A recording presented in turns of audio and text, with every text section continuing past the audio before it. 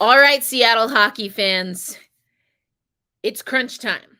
We have to get 2 wins to advance in the Stanley Cup playoffs. We're going to talk about Game 5, get you ready for Game 6, and premiering in about an hour from the time that we are going live, Quest for the Stanley Cup, featuring our very own Seattle Kraken.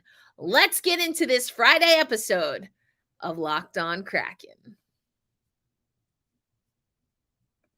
From the depths of the standings in year one to the base of that playoff mountain in year two, the Seattle Kraken have clinched their very first spot in the Stanley Cup playoffs.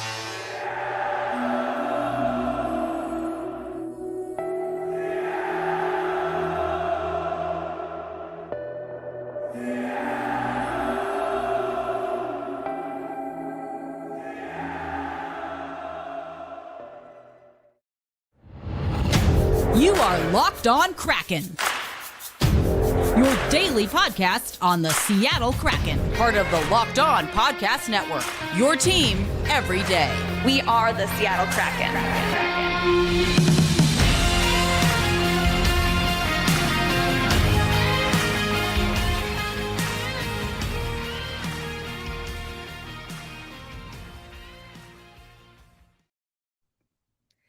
Hey, what do you say, Seattle hockey fans? Happy Friday. Welcome to another episode of Locked On Kraken. I am your host, Erica L.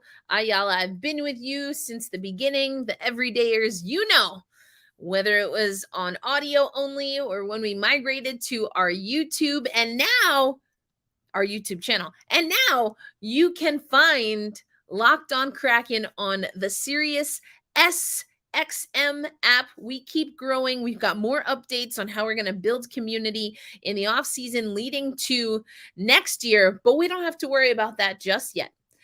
The Seattle Kraken, we did fall to the Dallas Stars.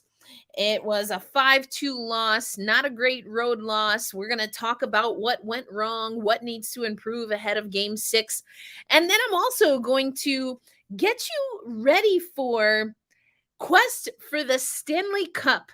ESPN has their Quest for the Stanley Cup docuseries, and for the first time ever, the Seattle Kraken are part of the docuseries. I got an advanced screening, so I'm going to tell you exactly what to expect if you are a Seattle Kraken fan and want to watch that, premiering 5 p.m. Eastern Standard Time on, I believe it's YouTube, ESPN Plus, and then there's a full broadcast schedule. Just check Locked On Kraken on social media. We'll have you covered there.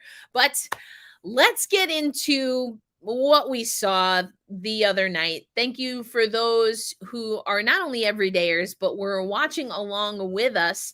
We had a good time. That's right, Striatic. It's win or go home.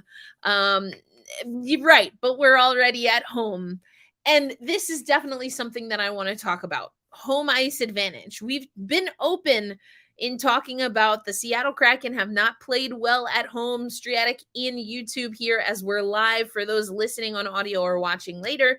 But the comment, win or go home, except already playing at home, making going home impossible. So that means winning is the only option. That's right. The only option for the next 2 games. That's right. I said 2 games is for the Seattle Kraken to win. And do we have what it takes? Well, we're going to talk about it. We are going to talk about it. But first, let's recap what happened. Just some things that we are able to fix. That's the good news. There are also some things that, again, if you're an everyday or if you listen to the Locked On Kraken podcast, these are some things that we've been trying to fix for a while. So let's just get into it. Okay, I mentioned it was a 5-2 loss. Let's go over to NHL.com. You can see some of the stats that I'm looking at here, what I'm focused on. Let's go to the stats here. Once again, face-offs 60-40 in favor of the Dallas Stars. Once again, it was a goose egg for the Seattle Kraken when it came to the power play. And We did better on the penalty kill than we did the other night, so that's a good thing. Another thing I want to go to is Philip Grubauer. His save percentage improved from last game, but are we seeing a little bit of a chink in the chain? We'll talk about that. But the Seattle Kraken have not had a stronghold on early starts in this series against the Dallas Stars, and that has been a little bit of a sore point. Wyatt Johnston and Rupe Hines, I always say, I'm still saying it wrong, I think. Rupe got things going. Joe Pavelski again. This man won't quit. The Kraken Slayer. We've got a few of those throughout the league, and it's definitely Pavelski for the Dallas Stars, at least in the postseason. Adam Larson eventually would get us on the board, and Jared McCann as well. Good to see Jared McCann. He was bouncing through the lineup, but we saw that he did have more time with Eberle and Beniers. So we're going to keep an eye on that. Rupe scored once more, and then we had that fifth and final goal for Dallas. So let's hear or let's talk about some things. I want to go to the final buzzer. Let's go to Allison Lucan before I take you to some of the players and Dave Haxtell. But 5 shot attempts in the first minute. So when I take you over to the media availability, or if you are watching that on our playlists that are on YouTube, you're going to hear Allison Lucan asking about the start for Seattle and versus what happened a little bit later. And she writes in, this is final buzzer. Let me just scroll up here so you can see the final buzzer presented by Toyota. Oops, I got to put it on the screen. There we go. Final buzzer presented by Toyota. This is Allison Lucan. So this is what I'm referring to, okay? Posted yesterday. But Allison Lucan mentions that 5 shot attempts early in the game. So that contributes to the early start. The Seattle Kraken were out shooting the Dallas Stars early in the game. But it was the turnovers. It was the mistakes that were costly. And a neutral zone turnover, if you were watching with us on the live watch along, the transition game for the Seattle Kraken was all over the place. Hints, like you solved a riddle. Thank you for that. Hints. I don't know why I want to say Heinz. I don't know. Hints. Rupe Hints. There we go.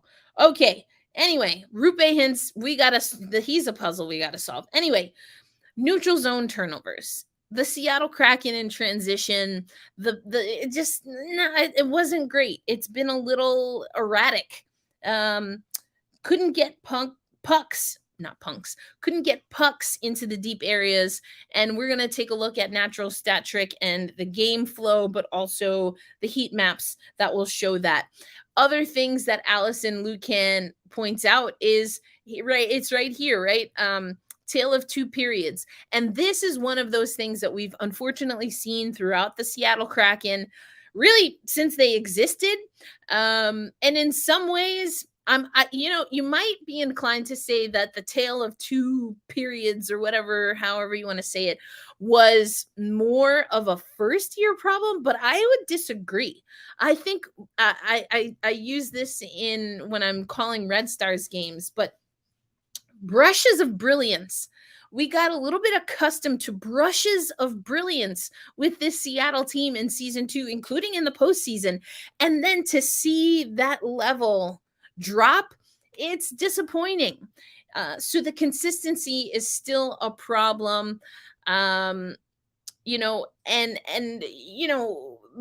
are things that need to be cleaned up.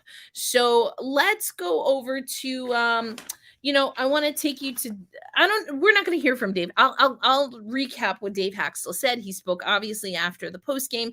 He and Ellie Tolvanen spoke today.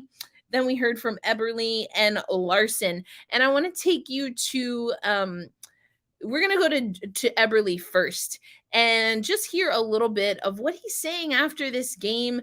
I'll recap some of it as well. But here's one of our leaders on the team, Jordan Eberle, after the 5-2 loss to Dallas.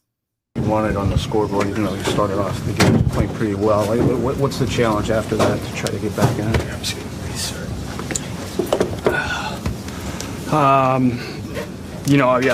Started. We spotted them too right off the bat. I thought for the most part we were skating and we were moving the puck. I thought we were getting our chance the first period, but you look at the scoreboard and I like the way that we fought back. We gave them another one in the start of the third or the start of the second, and for the most part we fought back. But we just got to find a way to limit those mistakes. I mean, obviously you give them odd man rushes, you give them looks like that. They're a good team. They got a lot of offensive players. They're going to score. That's the frustrating part. So we have to try and find a way to continue to play aggressive without giving them grade A chances. Obviously, Game 6 is huge. Is the way that you guys were able to play and generate chances for the majority of the game, what does that do for you going into that game? Yeah, I mean, you want to play aggressive, you want to play on your toes, you want to skate, and so that's kind of the way that we like to play. We want to be a quick team, but we have to be smart about it too. We can't be diving in everywhere and giving them on-man rushes and opportunities to score. So, it's just having the smart and the smarts and the veteran, presence to know when to do that and when to not to do it. So, I think even if you're 98% sure and 2% off, the 2% is the ones that end up in the back of your net. So I'm going to cut Eberle off there. Sorry to you, Eberle, but there are a few things that I think was spot on. Eberle talking about giving up those 2 goals off the bat. Dave Haxtell also talked about that. We talked about it on our live stream yesterday. The first goal, and Dave Haxtell talks about this, you go for a poke check, you miss that, you're in bad positioning. So it's one of those gambles that you take. If you're Philip Grubauer, just to be clear, we're talking about Philip Grubauer. It's one of those gambles that you take. It's not, if it works, it looks cool. If it doesn't, then there you go. You're down a goal. And then Dave Haxtell talked about the transition game, that the second goal, what I deduced, and again, watch all of those. If they're not up already for you, they will be. So after you watch this live, go watch that. But on YouTube, Dave Haxtell talked about the transition game and not defending the transition or providing essentially rush chances for Dallas. But then he also did mention that, that's a goal that if you stop, I'm paraphrasing, but Dave Haxtell said something akin to, that's a goal that if you stop, it's just good momentum. He might not have used the word momentum, but it puts you in a good position. So I do think, and we were kind of debating this in the chat last night as we were watching along live, it wasn't Philip Grubauer's greatest performance. I told you his save percentage, 800, up from 770 something, I think, in game, what would have been game 4. But we've been used to really great performances by Philip Grubauer. Dave Haxtell didn't really get into, and he wasn't asked, if I'm being honest, from what I saw, about the fatigue factor for Philip Grubauer. We did talk about that in our live chat a lot. And I do think it is a point of concern. The Seattle Kraken are going back to Seattle today, no practice. But I do think this is a fatigued team. They're tired. They're a tired team, and they're playing that way. Not as bad as Game 6, in my opinion, from the round 1 against Colorado, but we're a fatigued team. So what does that mean? Kind of a rest day, but it's really a travel day. Is there enough home cooking, sleeping in your own bed to get Seattle back in motion and get them on track to win the next 2 games to advance? Well, we'll talk about that, and you'll hear from Adam Larson and what he has to say about the matter. And then, of course, I will take you to a teaser of Quest for the Stanley Cup. And you're going to want to stick around, not just for the teaser, but I saw an advanced screening. So I'm going to tell you what you can expect as a Seattle Kraken fan when you watch Quest for the Cup coming from the National Hockey League. Right now, I'm going to talk about eBay Motors, our sponsor for today's episode. For a championship team, it's all about making sure every player is a perfect fit. Yeah, we know all about that, eBay Motors. It's the same way when it comes to your vehicle. Every part needs to fit just right. So, the next time you need parts and accessories, head to eBay Motors. With eBay Guaranteed Fit, you can be sure every part you need fits right the first time around. Just add your ride to my garage and look for the green check to know if the part will fit or your money back. Because just like in sports, confidence, we're going to talk about that, is the name of the game when you shop on eBay Motors. And with over 122 million parts to choose from, you'll be back in the game in no time. After all, it's easy to bring home a win when the right parts are guaranteed. This ad is really setting us up well for the rest of the show. Get the right parts, the right fit, and the right prices on ebaymotors.com. Let's ride. eBay Guaranteed Fit only available in the United States and for U.S. customers. Eligible items only. Exclusions apply. All right, Seattle hockey fans, thanks as always for making Locked on Kraken a part of your daily routine, the everydayers. You know that we have been talking about this beautiful run for the Seattle Kraken for weeks now. And we are now with our backs against the wall.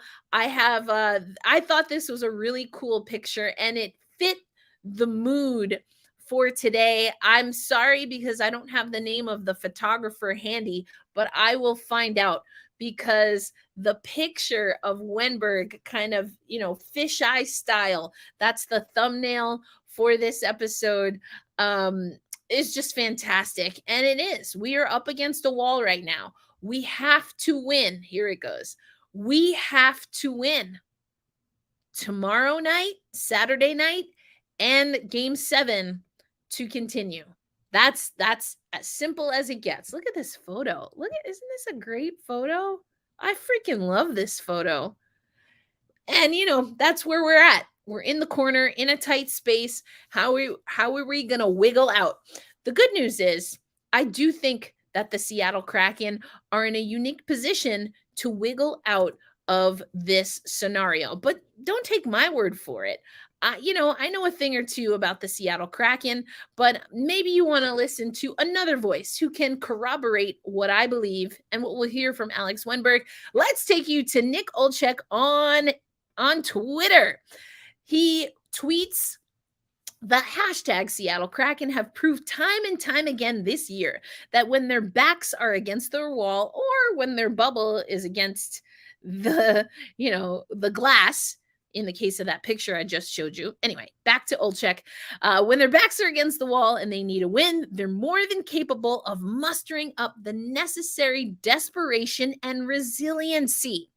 Game 6 is a must-win back in Seattle on Saturday. Onward, Kraken.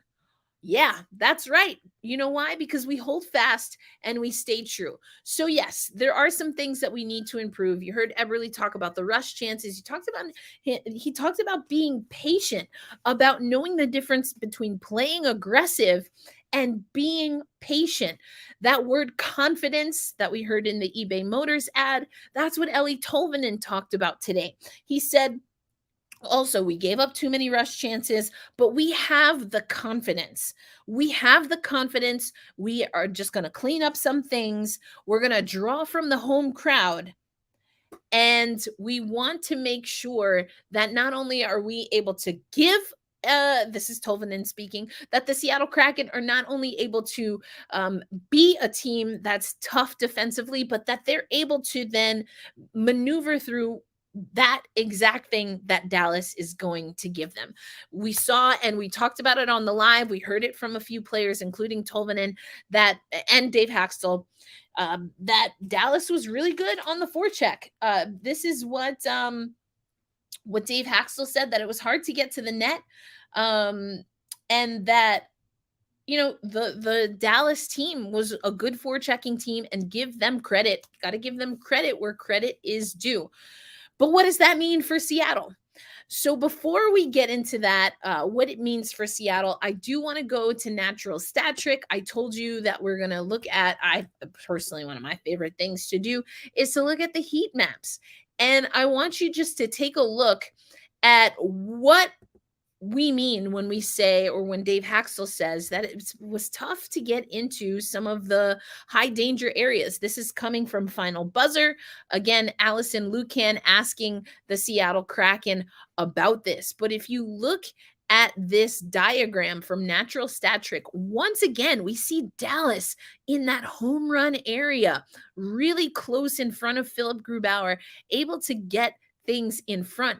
But Seattle having a tougher time being pulled out from that home run and slot area, having to take shots. You see the heat map shows the blue parts where we're taking the most shots from outside. And that's something that Dave Haxtell mentioned, not being able to get high quality chances in the danger zone. That's what Allison Lucan was writing about. So those are things that are fixable. I think it comes from the passing. I kind of picked on Jared McCann a little bit, but his passing has not been crisp since his return. And maybe that's a touch thing. I thought he was a little more fatigued. The legs are coming back. The lungs are coming back. He's getting used to the game feel, but he doesn't have the feel when it comes to making those connections with his teammates yet. And, you know, McCann's an easy one to pick on, but he wasn't the only one. Ty Cartier had some foibles. There were a few of them that I saw and that Allison Lucan refers to in the Final Buzzer. Those are things that are fixable.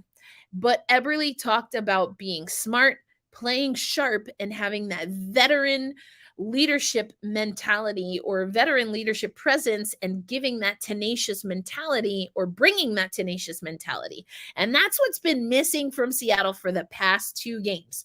We dropped those 2 games. It's almost like we spouted out all of that energy after getting a few days rest and being home for game 3. And we let the faucet run until the well was tapped. Is there enough time for the Seattle Kraken? Will they have enough time at home, enough home cooked meals to get some of that energy back? I don't know. I do believe, though, what Nick Olczyk has to say about it. And I believe ultimately in the players and them knowing. Tolvanen didn't seem bothered. We're going to hear from Larson right now. If I can find the clip. Somehow I can't find Larson's clip. Well, I'll tell you what Larson said. Basically, what Larson said is, I'm confident we can come back in this series. We got to Kraken hockey late in the game. And you heard some of the guys saying, Eberle saying, I felt that, if we had a little bit more time, that maybe we would have gotten it back. And then this is a quote from Larson. And this is what I wanted you to hear, but I can't find the clip and we're going to move on. But we never quit and we probably never will. We never quit and we probably never will. Coming up on Locked On Kraken. I mean, what else is there to say about that? We just got to wait for game 6, but I do want you to get fired up about our boys being in Quest for the Stanley Cup 2023 edition. We're going to talk about the docuseries coming up on Locked On Kraken.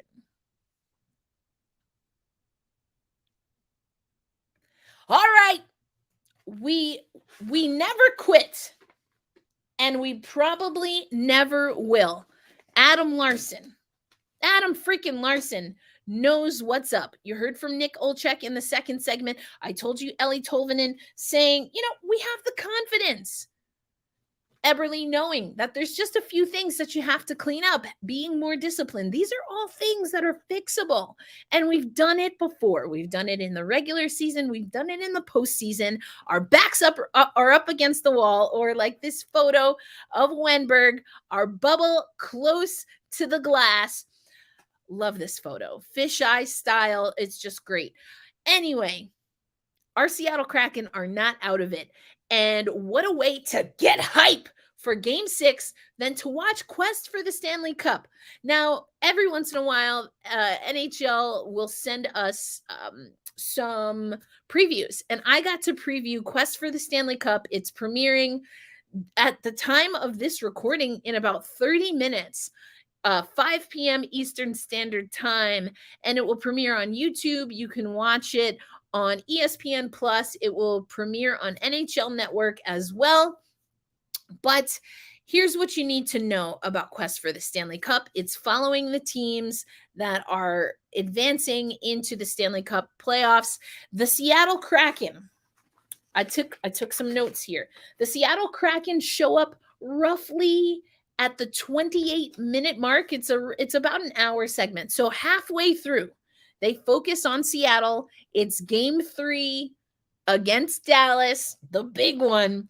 And Mike Benton is the first voice that you'll hear from Kraken Radio Network. You see a buoy doll. And then John Barr. That's right. NHL to Seattle.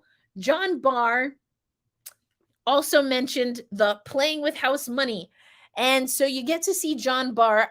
This is just to preface for you listening on audio or watching on YouTube, either live or otherwise.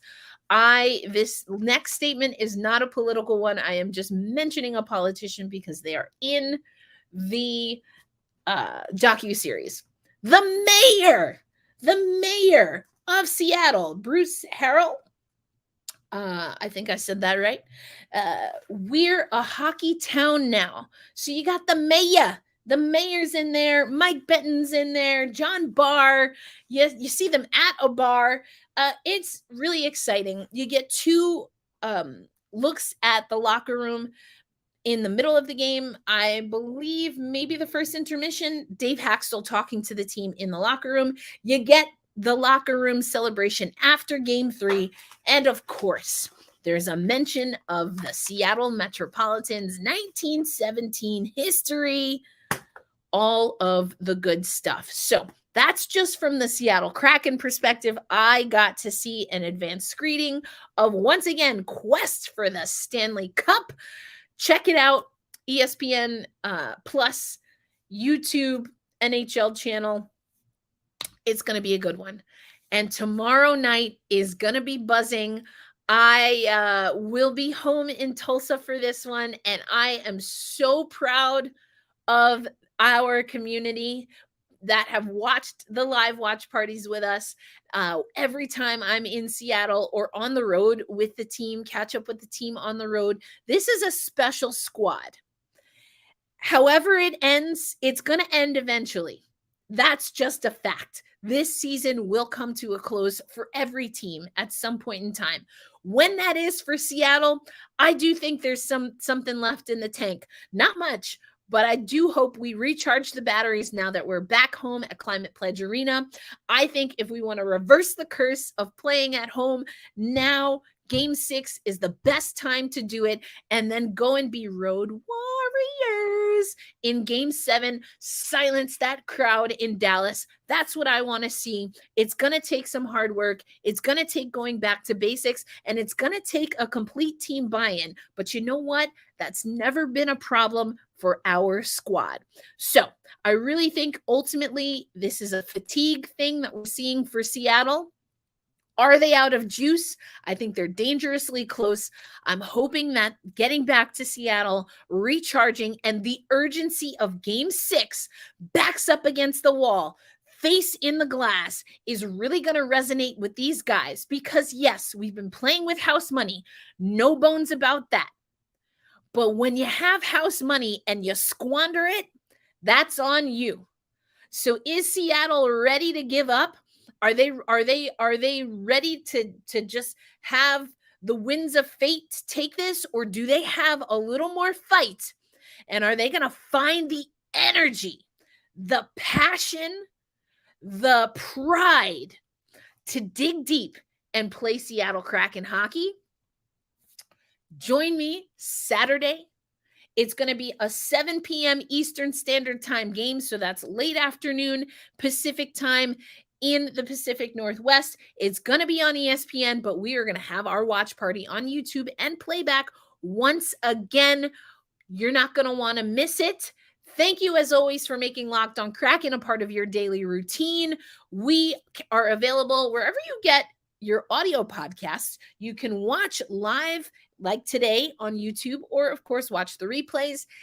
And you can also listen on the Sirius SXM app, where you can also find your favorite home and or away broadcasts. So if you can't watch with us on YouTube, or if you can't watch on TV, check out Sirius SXM, and they have you covered, sports fan. All right, enjoy your Saturday morning / afternoon. I hope to catch you in the evening or late afternoon / evening for Game 6, Round 2. We're taking on Dallas at Climate Pledge Arena, and we need a W. We need a win, folks. So what's it gonna be? You know what I'm gonna say. Hold fast, stay true, and come tomorrow. We sing loud and proud. Well, I don't know if you're gonna sing, but we say loud and proud. Let's go Kraken. Until next episode, Erica L. Ayala, your host of Locked On Kraken, signing out. Peace.